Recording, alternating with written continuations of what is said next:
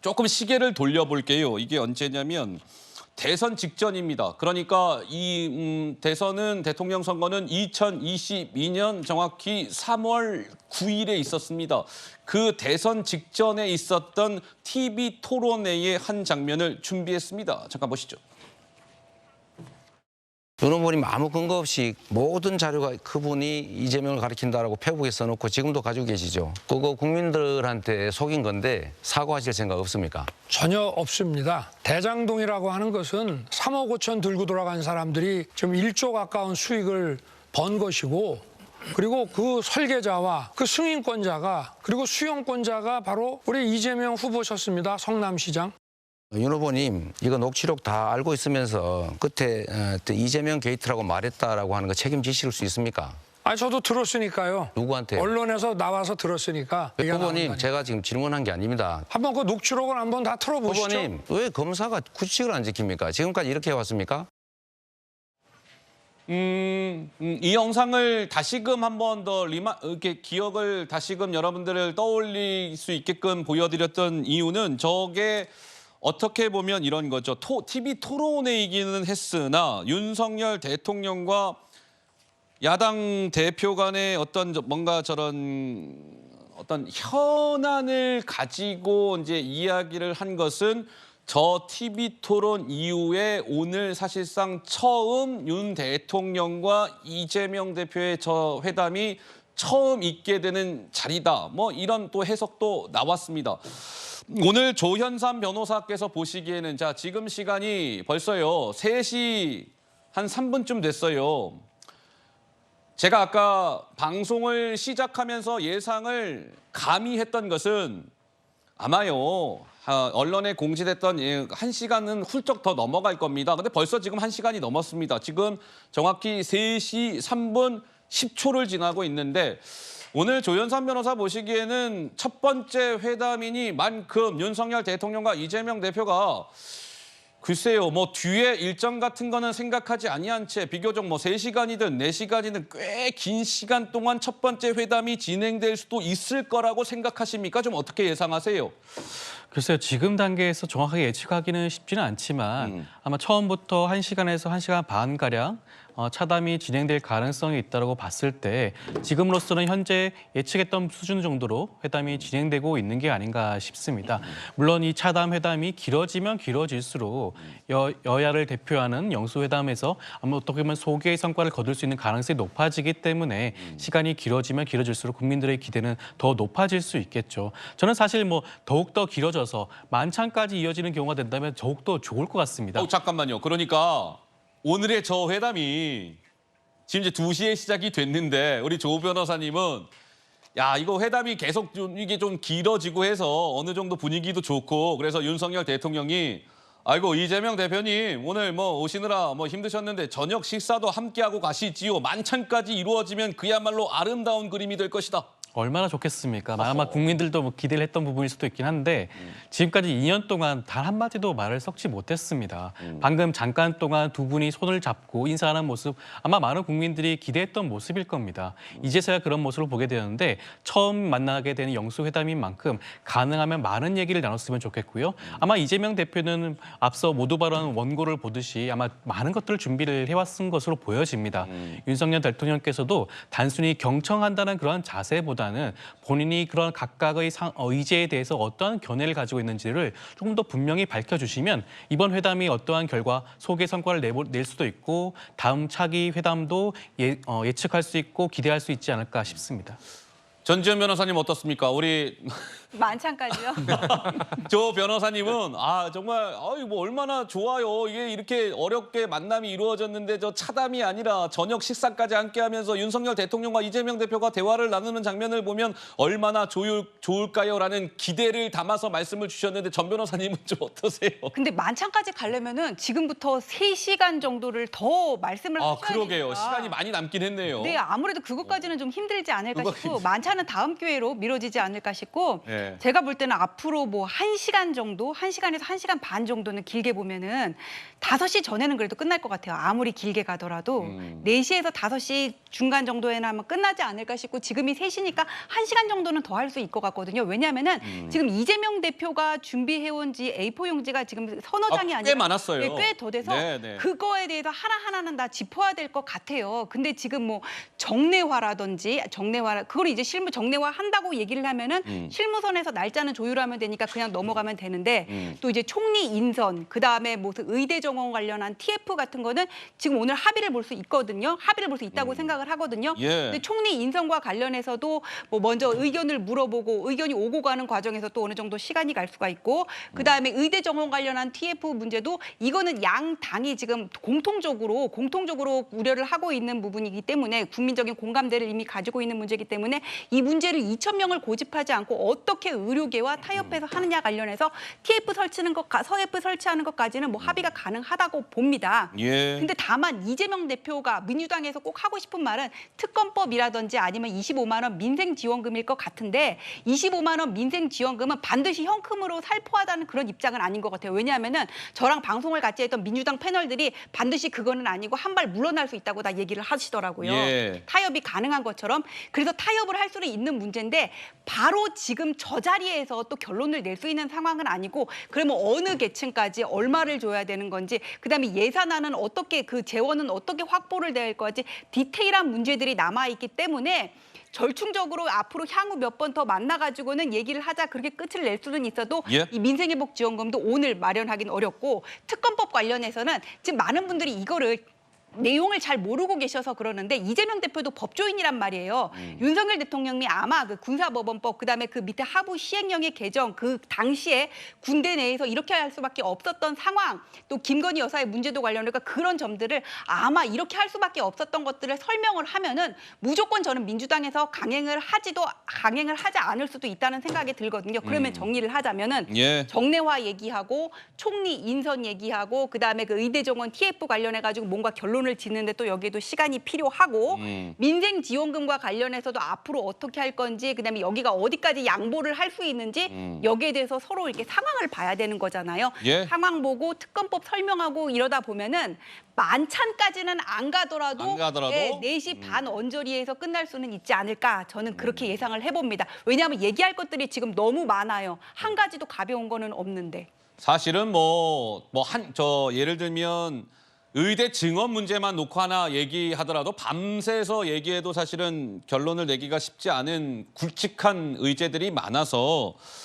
오늘 어느 정도 수준까지 그러니까 이런 거겠죠. 자, 이재명 대표는 윤석열 대통령에게 대통령님께서 이러한 사안에 대해서는 이렇게 마음을 열고 이렇게 저렇게 해 주셨으면 좋겠습니다라는 이야기를 할 것이고 윤석열 대통령은 아까 지금 보니까 A4지 수 페이지예요. 그러면 저거 아마 그냥 제 개인적인 생각에는 이재명 대표가 저 A4지에 담겨 있는 내용을 다 말하는 데만도 꽤 오랜 시간이 소요가 됐을 듯 싶은데 그렇다면 그러한 이재명 대표의 요구사항을 듣고 윤석열 대통령이 또 이야기를 할 거 아니겠습니까? 자, 의대 증원 부분에 대해서는요, 이렇게 얘기를 또 해야 되고, 특검 문제가 거론이 됐는지는 모르겠으나 그도 마찬가지고 또 여러 가지 이슈들에 대해서 우리 송영훈 변호사께서는 어떻게 예상하세요? 예를 들면 이런 거예요. 오늘 이재명 대표가 저렇게 본인이 할 이야기들을 다 했어요.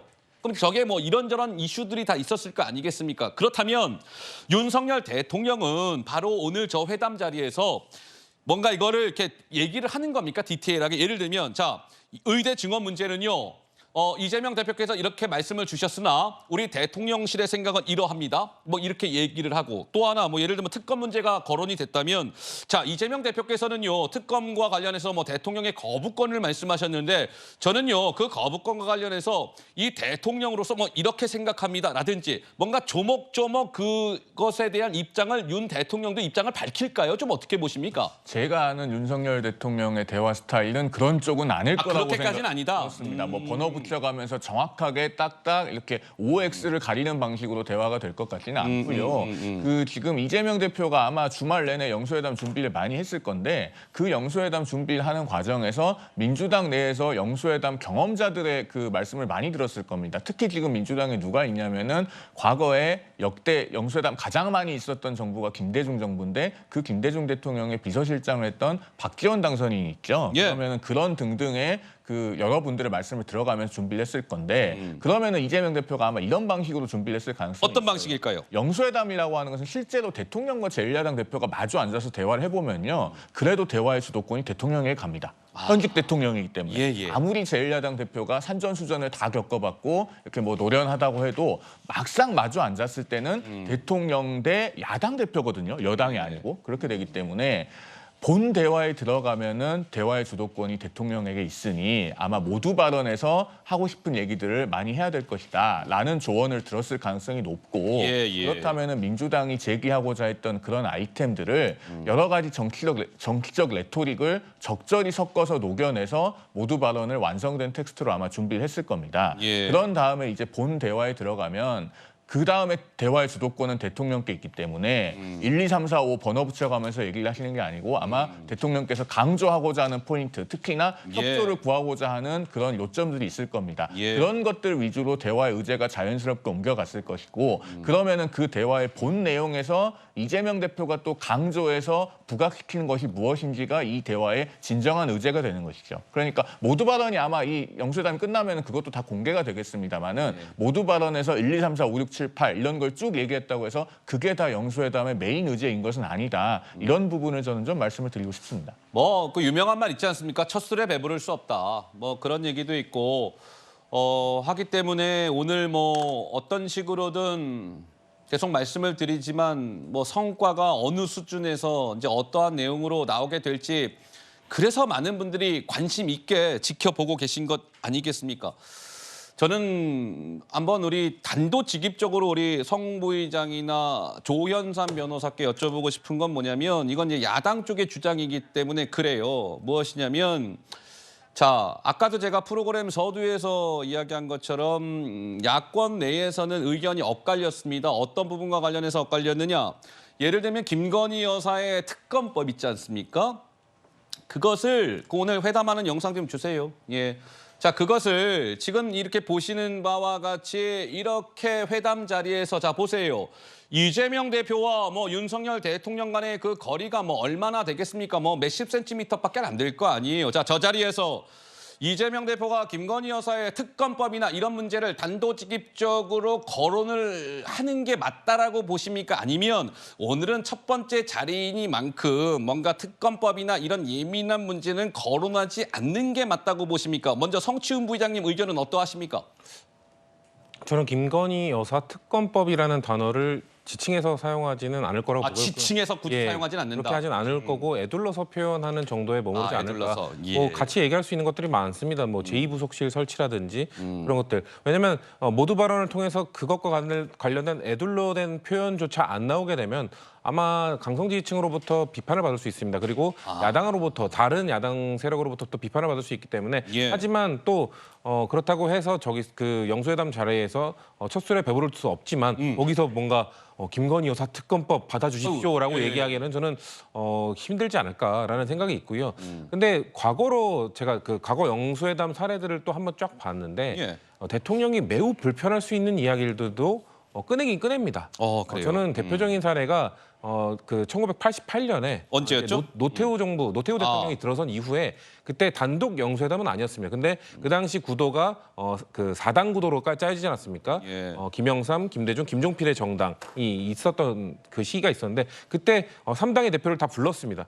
그때 의제로 올라갔던 것 중에 하나가 뭐냐면 5공화국 비리수였습니다. 5공화국의 당사자인 노태우 대통령이 있음에도 불구하고 그 의제를 꺼냈었거든요. 그렇기 때문에 불편한 의제를 지지층, 그 당시에는 1987년까지 꽤 오랜 기간 독재 기간을 겪었던 국민들의 이런 목소리를 반영했을 때 그 의제를 꺼내진 않을 수는 없어요. 근데 막상 노태우 대통령이 앞에 있는데 그 5공화국의 주최 측, 사실상의 매우 주역인 노태우 대통령에게 오고하고 비리 수사할 겁니다. 받아주십시오. 이렇게 얘기가 참 불편하거든요. 연전에서. 그럼에도 불구하고 그걸 어떤 거는 지지자들 아니면 다수의 국민들이 원하는 그거에 대해서 얘기하지 않을 수 없다는 것이거든요. 근데 대신에 그 표현을 어떻게 할 것인가. 예. 저는 분명 아마 여사 관련된 제2부속실 설치라는 단어 정도를 꺼내면서 애둘러서 표현하는 것이 아마 나오지 않을까라고 개인적으로 예측하고 있습니다. 그러니까 우리 성채훈 부의장님의 물론 이건 예상입니다만 자 뭐 김건희 여사의 뭐 이러이러한 논란과 관련해서 특검법이 제출이 된다라고 한다면 윤석열 대통령께서는 거부권을 행사하지 마시오 이렇게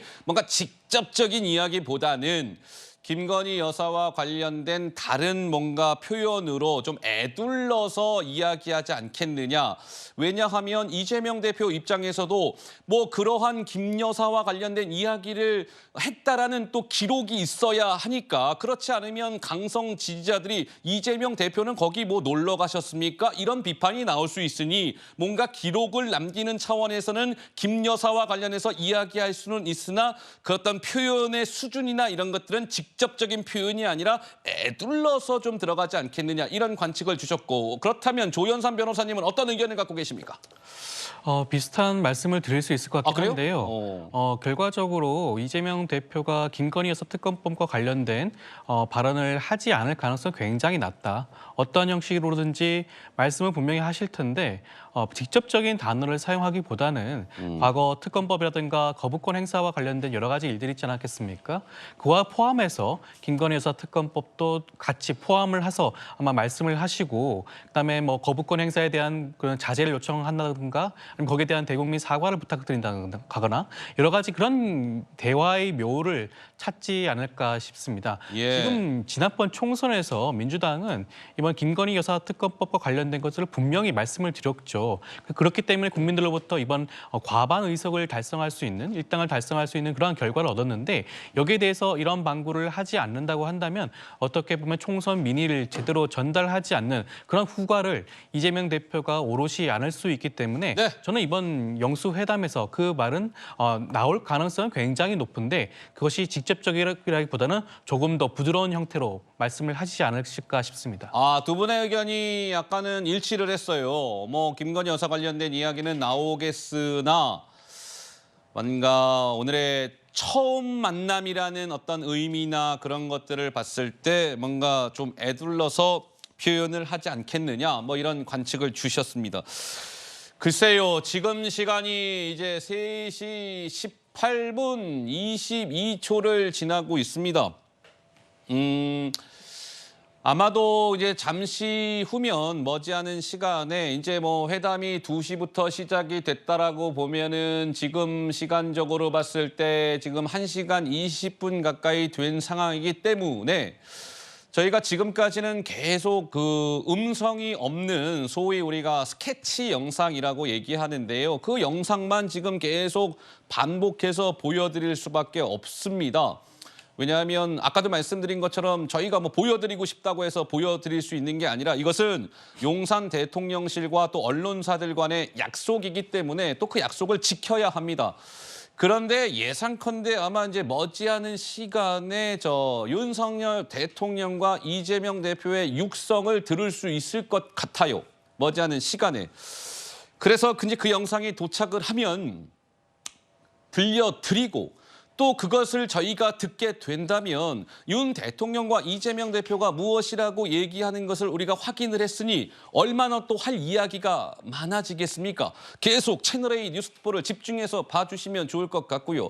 전지현 변호사님, 이재명 대표 제가 아까 표정을 쭉 보면서 계속 좀 느꼈던 것은 무엇이냐면 글쎄요, 나름, 그러니까 저는 이 영상이 각도가 이런지는 모르겠는데 이 원탁에 보면 이재명 대표가 약간 중앙에 있는 듯한 느낌인데 이게 그냥 카메라 각도 때문에 그런 것이죠? 카메라 각도 때문인 거고 이렇게 중앙은 아마 이재명 대표와 윤석열 대통령에게 사이점일 거예요. 딱 그렇게 해가지고 맞아요. 양쪽으로 예. 나눠서 이렇게 하는 거지 이재명 대표를 가운데에 배치하지는 않았을 겁니다. 뭔가 이게 오히려 예우 차원에서 뭐 이런 건 아니요, 아니다. 그런 그런 건 건 아니고 그냥 이렇게 각도 차원에서 이런 것이다. 그래서 저는 이재명 대표의 표정을 보면서 뭔가 이렇게 여유라는 표현이 어떨지는 모르겠으나 계속 옅은 미소를 띄우면서 이야기하고 아까 첫 인사를 나눌 때도 그랬고 좀 그런 모습을 봤는데 우리 전 변호사께서는 어쨌든 이재명 대표 입장에서도 얼마나 많은 생각을 하고 오늘 윤석열 대통령을 대면을 했겠습니까? 이재명 대표의 모습을 보면서 전지현 변호사는 좀 무슨 생각이 드셨어요? 저는 오히려 윤석열 대통령한테서 여유가 느껴지고 오히려 윤석열 대통령. 이재명 대표는 무슨 제가 기존의 유튜브라든지 방송에서 보던 그 자신만만하고 그 여유로운 특유한 표정이 있어요. 그럼 약간의 뭐랄까 이재명 대표는 지금 긴장한 듯한 모습으로 지금 보이세요? 긴장하고 약간 좀 이렇게 위축이 된 것 같기도 하고 저는 이게 대본도 아니고 꺼내서 읽으실 때부터 왜 저러지 그런 생각을 했었는데 지금 상당히 긴장을 하신 것 같습니다. 이게 왜냐하면은 0.7% 차이고 뭐 대선 때 경쟁자였다고 하더라도 예. 지금 엄연히 대통령이거든요. 대통령이고 야당 대표란 말이에요. 예. 그러면은 일단 그 객관적인 그 지위의 차이가 크거든요. 그리고 8번 요청을 했는데 이제 겨우 가가지고 또 그리고 대통령실이라는 거는 윤석열 대통령의 직무 공간이고 남의 그라운드 들어가는 거잖아요. 이게 가면은 아무래도 그런 그 안에서 어떤 분위기라든지 그런 거에 좀 이렇게 위축될 수밖에 없는데 그다음에 또 대통령을 만난다는 거 이번 영수회담을 성공시켜야 된다는 거 지지층이 원하는 발언을 해줘야 되는 거 예. 이런 복합적인 사정 때문에 지금 상당히 긴장을 하고 있다 저는 그렇게 느껴집니다. 제가 이게 언뜻 보니까 이재명 대표랑 저 천준호 비서실장 그리고 진성준 정책위 의장 박성준 대변인 이재명 대표는 이게 사실 이런 자리는요. 넥타이도 뭐 넥타이가 뭐 별거야라고 하실 수 있지만 또 넥타이 하나 그 넥타이 컬러를 어떤 컬러를 매느냐 이게 여러분들께서도 왜 넥타이의 정치학이다 이런 얘기도 있지 않습니까? 그래서 저러한 중요한 자리에는 어떤 컬러의 넥타이를 매느냐 이것도 아마 관전 포인트인데 아까도 말씀드린 것처럼 이재명 대표는 약간 옅은 블루 계열의 넥타이고 자 진성준 정책위 의장은 다 불러요. 약간 블루 계통이기는 하나 컬러감이 조금 더 있고 천준호 비서실장은 제가 약간 이 대각선에서 봐서 명확치는 않으나 약간 옅은색 계통의 역시 파란색 계통의 넥타이인 것 같고 아까 제가 언뜻 보기에는 제 기억에 박성준 대변인은 조금 더 밝은 색깔의 푸른색 넥타이를 맸던 것 같아요.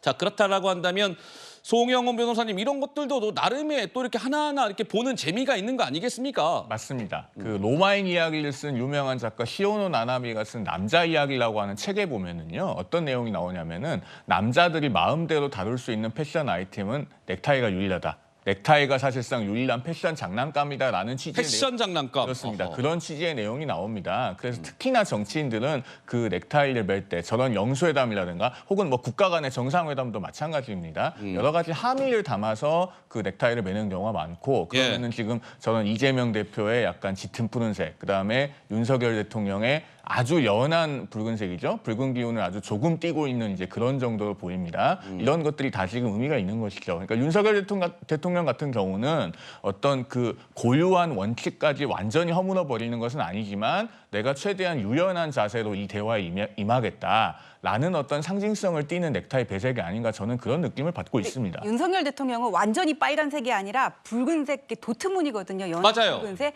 그러니까 저 네. 도트무늬는 또 다르게 상징을 하는 거예요. 핑크색도 아니고 도트무늬랄 거는 원이라는 거는 어떤 협치를 얘기를 하면서 내가 그 여당이기는 하지만 그래도 협치를 하면서 둥글게 앞으로는 가겠어. 그런 메시지가 담겨 있는 것 같습니다. 저쪽 정진석 실장하고 이도훈 홍보수석 넥타이도 한번 보고 싶은데 일단 뭐 윤 대통령 혹시 그거 좀 사진이나 그런 거 잡힌 게 있으면 좀 보여주세요. 민주당 쪽에 이제 배석자들은 이게 눈에 보이는데 이게 나름 또 이렇게 나름의 또 이렇게 흥미가 있는 부분이고 이거 단순히 뭐 흥미거리로 치부할 것은 아니고 다 이 정치인들 특히나 대통령 같은 경우에는 저 뭐 넥타이 하나, 뭐 머리 스타일 하나 이런 것들도 그때 정말 딱 이 상황에 맞춰서 많은 고민 끝에 결정이 되고 하는 것들이기 때문에 다 나름의 의미들이 있을 겁니다. 그런 측면에서 말씀을 드렸고요. 자, 3시 20 이제 5분이 거의 다 됐습니다. 이제 머지않은 시간에 윤석열 대통령과 이재명 대표의 이야기가 이제 좀 공개가 될 것 같습니다. 근데 어떻습니까? 지금 아까도 지금 보면 언뜻 얘기할 때 보면은요. 이재명 대표가 저 페이퍼에 적혀져 있는 내용을 할 때는 약간 이게 지금 보세요. 이야기하다가 윤석열 대통령을 한번 이렇게 힐끔 보기도 하고요. 또 어떤 포인트에서는 저렇게 읽으면서 살짝 미소를 짓기도 하고요. 저 얘기를 듣고 있는 윤석열 대통령의 표정도 그렇군요라고 이야기를 듣다가 뭔가 고개를 끄덕이기도 하고 윤석열 대통령도 옅은 미소를 짓기도 하고 또 하나의 포인트는 이재명 대표의 이야기를 듣다가 윤석열 대통령이 옆에 있는 참모들을 한번 보기도 하고요. 그만큼 윤석열 대통령도 이재명 대표의 이야기를 오늘은 좀 경청을 하고자 한다. 이런 좀 모션을 주고 있는 것 같고 이재명 대표는 옅은 미소를 띠면서 이야기하고 있고 뭐 그런 상황입니다. 어떻습니까? 오늘 성치훈 부의장께서는 근데요. 저는 오늘 배석자가요. 3대 3이잖아요. 이 3대 3이 갖는 또 의미가 있어요. 왜냐하면 이 질문을 드리는 이유는 아니 1대1 배석자만 있어도 되고 2대2 배석자만 있어도 되는데 오늘의 3대 3의 배석자의 의미는 무엇일까요? 일단 비서실장 한 분씩 있어야 되고. 있고요. 그리고 그 대변인. 홍보수석과 대변인, 수석 대변인 오케이. 이분들은 이 내용을 아마 브리핑하는 역할을 맡게 될 것이고요. 근데 뭐 약간의 차이는 여기는 그 대통령실에서는 정무수석이 나오셨고 그러니까요. 당에서는 정책위의장이 같이 갔습니다. 그런 차원에서 봤을 때 지금 아무래도 지금 여야 지금 위치가 다르지 않습니까? 예. 아까 이재명 대표께서는 원고를 꺼내셨고 요 얘기를 아까 계속해서 언급하셨는데 이재명 대표는 어떻게 보면 굳이 뭐 공수를 나누자면 지금 공격의 위치에 있는 겁니다. 이런 것들을 내놓겠다라고 얘기하는 위치에 있는 거니까 좀 최대한 정제된 언어로서 꼭 해야 되는 얘기를 다 담기 위해서 원고를 꺼낸 것이라고 볼 수 있고요. 수비를 하는 윤석열 대통령의 입장에서는 그중에서 솔직히 말하면 받고 싶은 것만 받아도 됩니다. 그렇기 때문에 굳이 원고가 필요한 것이 아니라 조금 더 여유 있는 위치에서 영수회담을 지금 진행할 수 있는 상황이기 때문에 그 원고가 있고 없고의 차이는 거기서 온 것 같고요. 또 민주당은 민생에 집중하겠다는 의미로 정책위의장을 배석한 걸로 볼 수도 있고 또 대통령실 입장에서는 정책실장보다는 아무래도 정무수석이 그 야당과의 소통을 담당하시는 분이다 보니까 그런 차원에서 또 정무수석을 배석시킨 걸로 볼 수도 있을 것 같습니다. 저는 아까 넥타이 얘기를 잠깐 넥타이. 예, 아까 저는 그래서 아까 다른 화면에서 계속 봤는데요. 정진석 비서실장도 붉은색. 그래. 홍초로 붉은색. 근데 이돈 수석은 조금만 보라색 계열인 것 약간 같은데. 보라 계열이에요. 예, 아마도 다 그런 것들을 생각하고 오셨던 것 같고요. 예. 윤석열 대통령은 사실 2022년 대선 때도 대선 포스터 때도 빨간색을 최소화시켰습니다. 그랬어요? 예, 그때 포스터를 발표하면서도 이제 대통령 선거 때 공식 포스터 발표할 때 설명을 하거든요. 일부러 그때 윤석열 대통령께서 유승열 캠프에서 빨간색은 그 1번 1번 숫자 기호 1번에만 빨간색이 들어가고 나머지에는 빨간색을 다 뺐습니다. 그것을 당색을 최대한 빼고 선거를 치르겠다는 의미다. 그리고 윤석열 대통령 위에 그 당시 슬로건이었던 국민이 키운 대통령. 국민이 키운 대통령. 국민이 키운 윤석열인지 대통령인지 지금 기억이 안 나는데요. 그것도 머리 위로 올린 것이 국민을 우리 위에 후보 위에 두겠다는 의미로 배치를 했다라고 설명을 했었는데요. 그런 것처럼 지금 저런 컬러 하나 자체도 그 당시에도 윤석열 대통령이 뭔가 나는 당파성이 강한 대통령 후보가 아니다라는 걸 표현했던 것처럼 이번에도 좀 도트무늬가 들어가면서 아무래도 붉은색은 표현하되 최대한 정제된 표현을 한 거라고 보고요. 저는 아까 그 전체 화면이 잡혔을 때 이재명 대표와 윤석열 대통령 사이는 태극기. 예, 그리고 이재명 대표가 얘기할 때 위에 저 태극 문양 저 빨간색과 파란색이 저 조화되어 있는 회담 결과가 저 태극 문양처럼 나오면 좋지 않을까 라는 개인적 바람을 말씀드려봅니다. 그렇군요. 예. 자, 근데 이게 이제 이재명 대표 쪽의 왼쪽은 블루 계열, 오른쪽 윤석열 대통령은 쪽은 이제 약간의 레드 계열 뭐 이렇게 되어 있는 거예요. 왜냐하면 똑같은 톤의 블루 레드면은 이게 약간 교복 입은 것 같아갖고 안 돼요. 약간 이게 톤의 변화를 줘야 됩니다. 예. 자, 저렇게 일단 되어 있고요.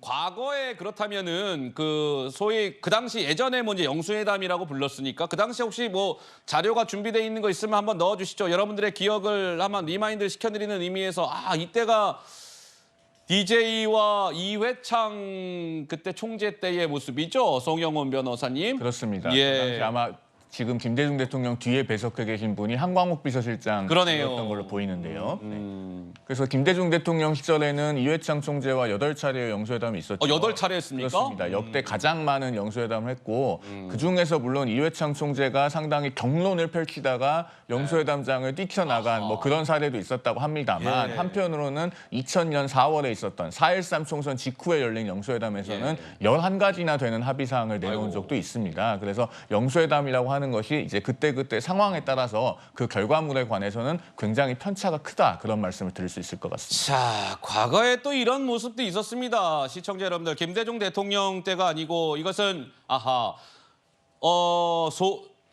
노무현 대통령과 저 당시에는 박근혜 어떤 상황이었죠? 한나라당 대표고요. 아마 그렇죠. 지금 저 영수회담 사진은 2005년 9월 영수회담 사진인 것 같은데요. 예. 그 노무현 대통령과 열린우리당은 2004년 총선에서 압승을 해서 과반 의석을 획득을 했다가 2005년에 전국에서 6곳의 보궐선거가 있었습니다. 430 재보선이라고 불리는데요. 이 6곳의 국회의원 재보궐선거에서 열린우리당이 단 한 곳도 승리를 하지 못합니다. 5곳은 당시 한나라당이 승리를 하고 한 곳은 무소속이 당선이 됩니다. 네. 그렇게 해서 열린우리당이 과반 의석이 붕괴가 되니까 예. 노무현 대통령이 이제 2005년에 제안을 했던 것이 이른바 대연정입니다. 대연정. 그렇습니다. 그랬는데 저 영수회담 자리에서 박근혜 한나라당 대표가 그런 이야기는 두 번 다시 꺼내지 말아달라라고 하면서 이런 지하에 그 대연정 제안을 거절했던 사례가 있습니다.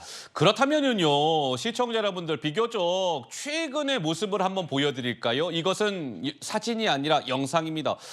문재인 대통령과 그 당시에 홍준표 대표가 만났던 자리인데, 자 보세요. 그때는 1+1이잖아요. 배석자가 한 명씩 있잖아요. 지금 보시는 바와 같이 저 홍준표 대표 있고 또 이렇게 다른 분 앉아 있는 거 어떻게 보입니까? 이렇게 배석자가 지금 한 명씩이에요. 저 당시에는 제가 봤을 때는 한병도 그 당시 정무수석이었나요? 한병도 정무수석. 그리고 밑에 이제 홍준표 대표와 함께 당에서도 한 명이 배석하고, 그 당시에는 소위 이제 1+1이었는데 오늘은 보시는 바와 같이 3+3 회담으로 진행이 되고 있습니다. 조금 더 진행을 해야 됩니까? 네, 조금 더 하랍니다. 배석자가 예. 배석자가 적으면은 조금 더 내밀한 대화가 될 것 같지만 반드시 그렇지도 않은 것이 우리가 조금 전에 그 2018년 4월에 있었던 여야 영수회담 영상을 보지 않았습니까? 당시에 그 문재인 대통령과 홍준표 대표 간의 영수회담이 있을 때는 예.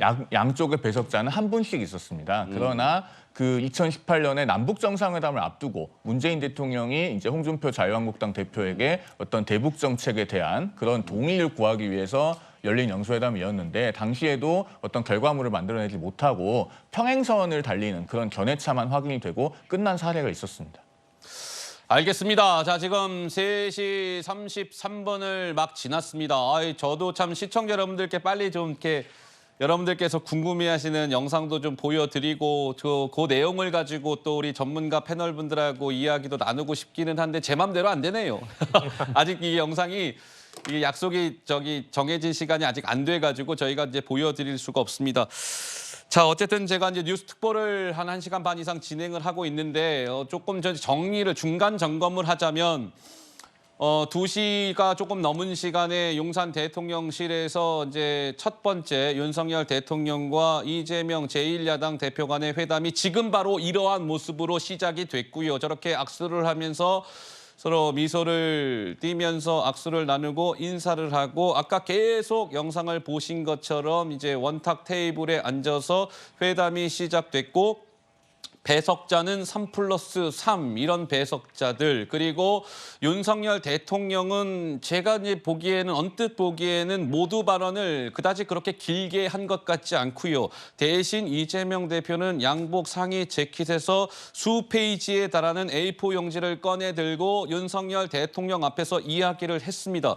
저 분량이 아마 꽤 되지 않을까 싶고, 윤석열 대통령에게 이재명 대표가 저 많은 분량을 가지고 어떠한 이야기를 하게 됐는지, 그러한 것들은 잠시 후에 뭐 대통령실이라든지 아니면 더불어민주당이라든지 그런 곳에서 브리핑을 통해 전해질 겁니다.